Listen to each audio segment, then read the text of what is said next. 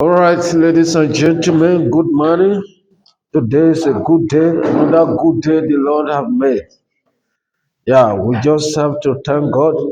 Hello, I'm talking. Please, we're on air now, right? Okay, guys, yesterday, did I introduce you to? Yeah, I think we started, right? Yeah. There are certain concepts that I need to share with you to explain to you, like I did to your peers in the previous class, right? Concept like startup capital. I'm not gonna talk much on this because I've got a YouTube video I've recorded that you can play, you watch it, you listen to it. That's gonna help you, right? So I'm just going to accelerate a little bit so that we can forge ahead.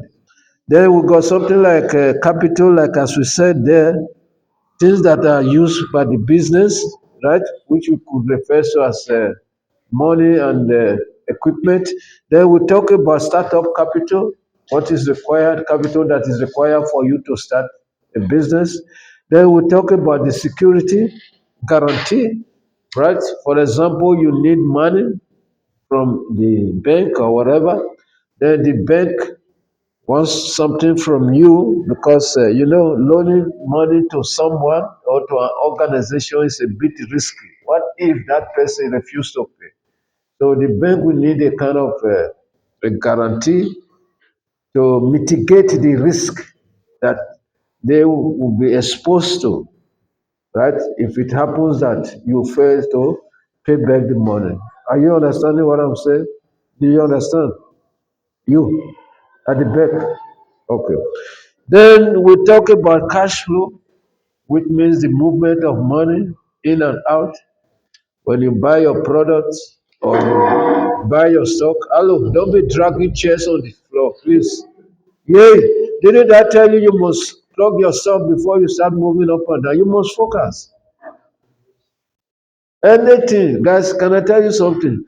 Always try to avoid something that's gonna distract you because you are here to learn. It's very important. You see, this aspect of what we're doing now is very important. And most students struggle with this aspect, financial aspect. Focus as a brief. Then we talk about the cash flow, the movement of money. You can watch the video as well.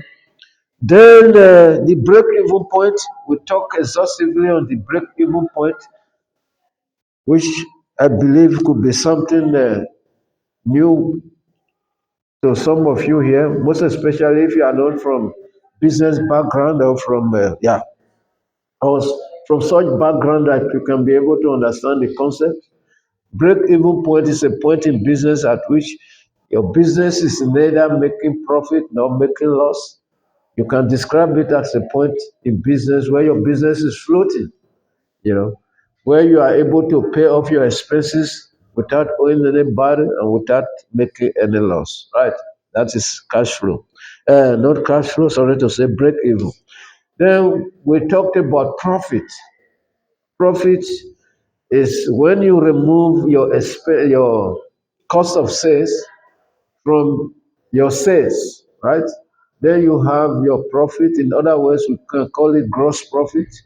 Gross profit, we call it like that, which means that the expenses are still forming part of the profit. So when you remove the expenses from the gross profit, you have the net profit, right?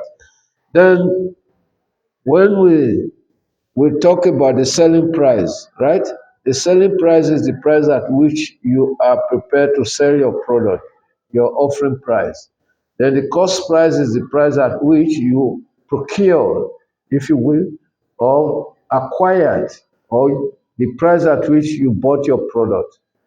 So, for example, if I'm a retailer, listen, focus, you're losing the focus now. If I'm a retailer, I'm selling this item. You know what we call this? We call this one a scale rule, right? I remember when I was my doing my tertiary education those days, doing technical subject, I used to make use of this scale rule. So if I bought this scale rule, for example, 60 rand, and I want to sell it, obviously I'm a businessman. I wouldn't like to sell it at 60 rand, right?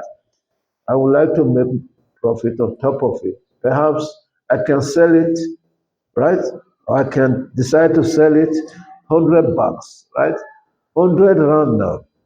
So what it means is my gross profit or my profit, if you will now be 100 minus 60, which is 40 rand. Does it make sense to you? Right. So then we said the profit is the difference between the cost price to make a product and the selling price. There are two different types of profits, right? We have the gross profit and the net profit. Does it make sense to you? The gross profit is when you remove the cost price from the selling price without removing the expenses. We call it gross profit. Now, when you remove the expenses from the gross profit, you have the net profit. Does it click? Have you done this in financial management? Right. Okay, now we have the market. The market we say is a collective name given to customers or consumers that are buying your or using your product. Then there's one concept I would like to explain here, which is very important. We call it the market share. The market share. You know what is a market share, right? It's a portion of your. Let me put it this way to be more refined. If you are a business person, right? If you are the only person that is selling within that market, then you have what we call 100% market share because you are the only one, right? No competitors. So the more competitors get into the market, the lower your market share will be because then everyone or every businesses, sorry to say, let's put it like that, will be struggling, will be scrambling. We call it scrum. I remember those days when I was doing history, when I was small like you, we used to have a topic, they call it scrambling for Africa. When the colonial masters they came to Africa and started dividing land among themselves, right? So that reminds me. So when you have a lot of businesses in the same market, it means that the share for each business is likely to reduce, right? Because you have more mouth to feed. For example, if I buy a piece of cake here now for you to eat, if it is only 5 people, then you can easily divide it among 5 people. Your slice will be much more bigger if I say the cake is for 10 people, right? So your market share in that, or your share in that cake, in other words, if you like, we call your portion in that cake will be much more less of lesser size than if you were 5 people, right? The same thing happens in a business environment. The more entrant you got in a market, in a specific market, let me put it that way, it becomes much more competitive. Now people now will be scrambling to have their own share. Right. So that is what we refer to as market share. For example, when you look at the campus, only one restaurant have you got here. That means she's having 100% market share. If another person or another business happens to be introduced here now in the campus, selling the same stuff with her, her market share is likely to reduce. Do you understand what I mean? Right. Okay. For example, if you are the only child in the house, you see you've got 100%, everything they are buying is for you, right? So if you've got many children in the house, you see, it creates a kind of competition because if you put food on the table, each of the children will be scrambling around to make sure that they eat first. Otherwise, you end up going hunger if you are not there on time because of competition, right? Okay. Then we talk about the operating expenses, which the cost that you need to incur whilst operating your business, right? Because when you start a business, you need a startup cost, of course, as we said, but you still need some operating capital, right, for you to run a business, to pay for day-to-day activities, right? Okay. Then we talk about asset. These are the value of the things that are of value to the business, assets. Then we talk about machineries, vehicles, whatever the business is using, show the resources for the business. Then we talk about liability. Liability, you know what is a liability? Debt, right? When you owe someone, you are a liability to that person. Not even necessarily owing, but that in this context is owing, right? I can I always like to use that word, literally to express myself in this kind of manner. When you are a burden, burden to somebody, you are a liability to that person, right? That person is the one that is providing everything for you. You are a liability. But here we are talking in terms of debt. Yeah, when you are owing, you become a liability. A debt is a liability. So, yeah, in business, you come across such words. For example, if you buy things on credit, as we have here, we said these are debt that you have to pay, for example, creditors, bank overdraft, and loans. I've explained to you what is a bank overdraft, right? You got a credit card, then you happen to use the money that has been provisioned to you, then you are owing the bank, which is a short-term loan. It's a debt. It's a liability, right? Or if you buy or if you bought your product, your stock on credit, you need to pay back, right? So it becomes a debt to you. It's a liability. Or if you took a loan, if you take a loan from the bank, then you need to pay back that loan. That loan is a debt. It's a liability. Does it make sense to you? Then we can as well talk about the debtors. Debtors, right? When you sell your things on credit, those ones they become your debtors, right? Somehow they need to pay you, right? One of these days they need to pay you. It depends on the agreed terms and conditions. So debtors are the one that are owing the business.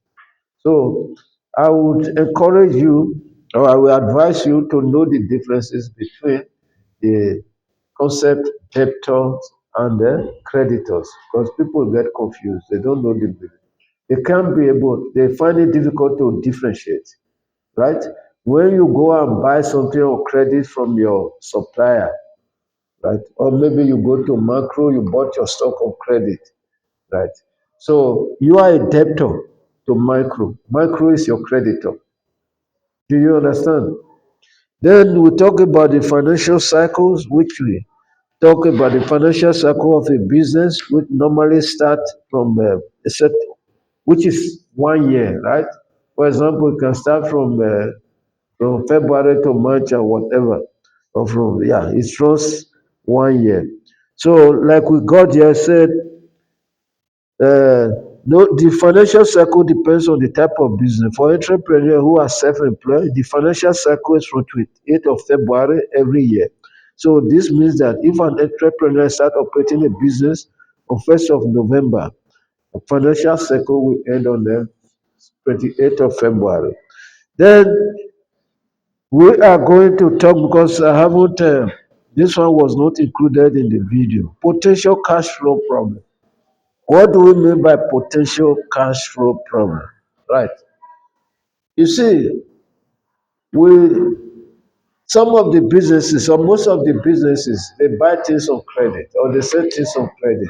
So when you sell on credit, hoping that the money will be paid to you at a certain point in time. So if that money doesn't come in at that expected time, what is going to happen? You can impede, you can have a problem on your cash flow.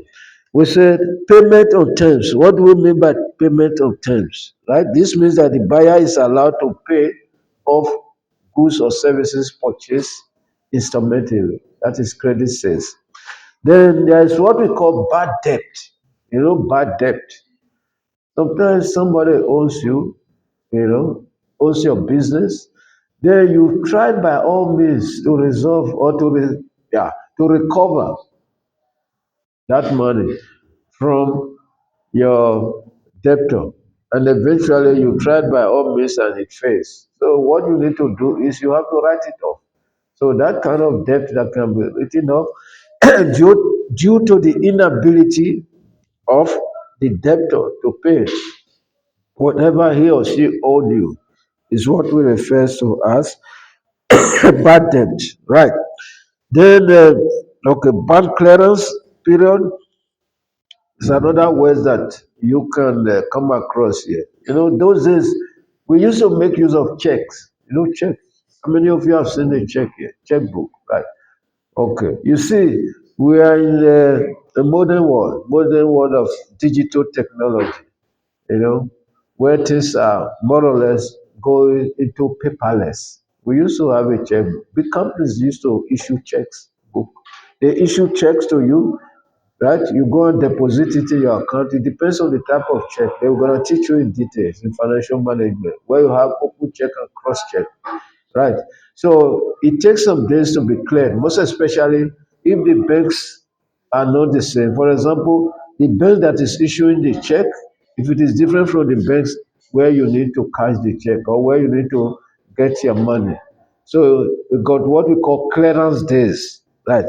So yeah, unexpected expenses, certain expenses that can crop up at a time or at a different times that were not envisaged. We classify those as unexpected. Then late payment, you have something like a late payment, right? So all these things are what is gonna impinge on your cash flow problem. Guys, note what I'm trying to explain now. You know what is cash flow? No cash flow, the movement of money, right? Okay. Now, the movement of money in and out, right? You, as a business person, you always strive to be in a good cash flow position, right? In this sense, what I'm trying to say is that whereby you will always have a balance rather than be in a situation that we can call cash squeezed, right? When we say cash squeeze, it means you are not in a favorable condition as far as your cash flow is concerned. Perhaps the money that goes out of the business is more than what you are receiving. So, what could cause such a potential cash flow problems? As we say payment of terms. If you are such a business person that likes to sell on credit, it can impinge, it can impact on your cash flow. Does it make sense to you? So if somebody asks you what could constitute a problem in somebody's or in a business cash flow, one is payment on terms. That means when you are selling on credit, whereby payment will be required to be paid off instrumentally, right? It can have problem on your cash flow, right? Another reason is bad debt. Bad debt can affect negatively your cash flow. You sold on credit and you are unable to recover the debt. What is going to happen? Your money is gone. It's gone forever. So you're going to have you're going to create a kind of a big hole in your pocket, which can disturb your cash flow. Right. The other reason is bank clearance period. Right. You've been paid. You need to wait for some certain for days or for few days before the bank cleared in the money and paid it credit it into your account. So that waiting period, right, is constituting a problem in your cash flow because you need to wait. You've been paid, but the money is not cleared yet. Do you get the sense of what I'm explaining? Right.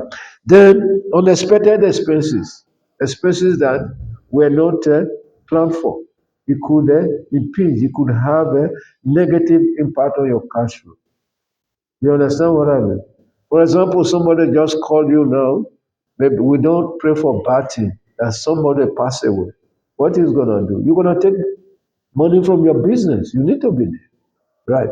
So you've taken money from your business, you now involve yourself in an expense that wasn't planned for, that was unexpected. So how is it going to affect your cash flow? Money has gone up unexpectedly. That wasn't planned. It's going to have a negative impact on your cash flow, right? So such could constitute a problem, a potential problem to your cash flow, right? Are you understanding what I'm saying? The late payment, late payment, late payment can have a negative effect on your cash flow, right? You were expecting the money to come, you were expecting the money to be paid to you, And unfortunately, the person is not paying or the business is not paying you on time. Right. So you have to wait. So that one on its own can constitute a kind of a strain on your cash flow. Does it make sense? Hello, do you understand what I'm explaining? What could constitute a problem on the business cash flow? Give me an example. One. I've explained about one, two, three, four, five. I've given you 5 points. Who can give me one there? I want to see if you do understand what I'm saying. What could create a potential problems on your cash flow of a business? Oh, yeah. Huh? Bad, bad debt, bad debt. Because price is different. We are talking about, okay, cash flow is the movement of money, right? We are not talking in terms of the price, right? The movement of money in and out. We say for you to be in a favorable state, the money that is going out of the business must be less, right, than the one that is coming in. Now, I'm asking you, what could jeopardize or put the business in a state of jeopardy with regards to cash flow that could constitute a potential problem or could constitute a barrier in your cash flow? Right. I said, for example, one, if you are selling on terms means credit. If you are selling on cash, do you think you're going to have problem with cash flow? Huh? If you are selling on cash basis, will you have a problem on cash flow? No, you won't have a problem. Like Pick and Pay ShopRite, they sell on cash. They don't have problem of cash flow. If at all they do, very minimal. It's going to be very minimal. That is what I'm saying. Then the other one is unexpected expenses. It can make you to have a problem of cash flow. It can constitute a potential problems on your cash flow because all of a sudden something have come up for you to pay for and you didn't prepare for it. You're gonna take money out from your business and it will affect your cash flow. You see, bad debt, it can affect your cash flow. You sold things on credit and the person is not paying you to the extent that you have to write it off because bad debt is something that can be written off. It's a problem on your cash flow. Do you understand what I mean? Right. We talk about again bank clearance, whereby you have to wait till your money is cleared. You see, before it is credited into your account. Within that waiting period, it's a problem on your cash flow because you need money quickly to buy some other stuff, perhaps. That is what we explain.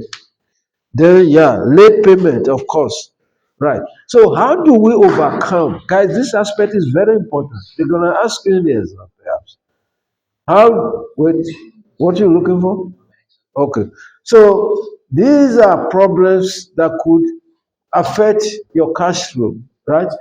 Haven't known the problems. Now, the next thing is for you to find out how to overcome this problem. That is what we're going to discuss now. How to prevent a cash flow problem. One, you plan ahead and have a thorough knowledge of all expected income and expenditure, which is clear. You must plan ahead, know the money that is coming in and your expected expenditure, your projected expenditure. In other words, you must know how much you're going to make and how much you're going to spend, go out. So you can be able to plan it in such a way that you do it in a way that you don't allow too much money to go out of the business than the ones coming in. You know someone is owing you, right? This person gonna pay at a certain period of time, right? You must know how to keep money before, even beyond that date, so that if that person fails to pay you, you will still have something to use. Does it make sense to you? It's like that in life. You see, let me try to relate this into individual life. There are certain people before they get payment at the end of the month, their salary, whatever they paid before, is finished. There are some people If you stay 2 days beyond the date of payment, they don't receive, their salary is not in. They've already broke. Some people, before the month ends, they go out to borrow money. You see, it's improper plan because their expenditure is more than their income. They don't plan well. You know your salary is gonna be in on the 25th. Make sure you have money to take you to on the 30th. Even if on the 25th, 26th, 27th, 28th, 29th, there's no money being paid to you, you can still survive. Does it make sense to you? It's proper planning. Then arrange with the bank for possible overdraft to help you with unexpected expenses. Listen, when you find yourself in such a situation whereby you need to spend money unexpectedly, and you know it's going to affect the cash flow of your business, right? It's advisable sometimes you approach the bank. Rather than taking the money from your business, you seek for an overdraft, right? So that you will not use the money from your business. That can help. Then always keep some of your profit in your business account, right? In your business bank account. Many people, you know what they do? They eat the whole of their profits. Not even only the profit, they go as far as eating the money for the business. So when you have a business, for you to overcome the problem of cash flow, you must make sure that part of the profit you keep aside. Don't eat everything. So whenever there will problem in your cash flow, you can take from your savings, right?